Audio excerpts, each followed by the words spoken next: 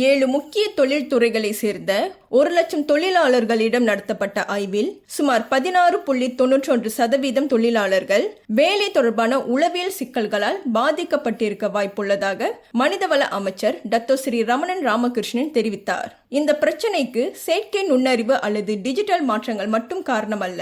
வேலை பளு மேலாண்மை, தொழில் உறவுகள் மற்றும் பிற உளவியல் அபாயங்களும் முக்கிய காரணிகளாக உள்ளன.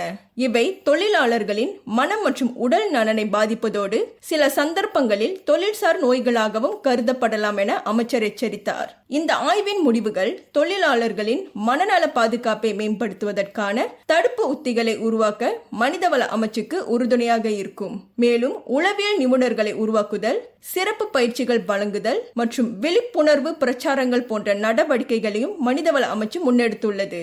இதன் மூலம் பணியிட உளவியல் அபாயங்களை திறம்பட நிர்வகித்து பாதுகாப்பான மற்றும் ஆரோக்கியமான வேலை சூழலை உருவாக்க முடியும்.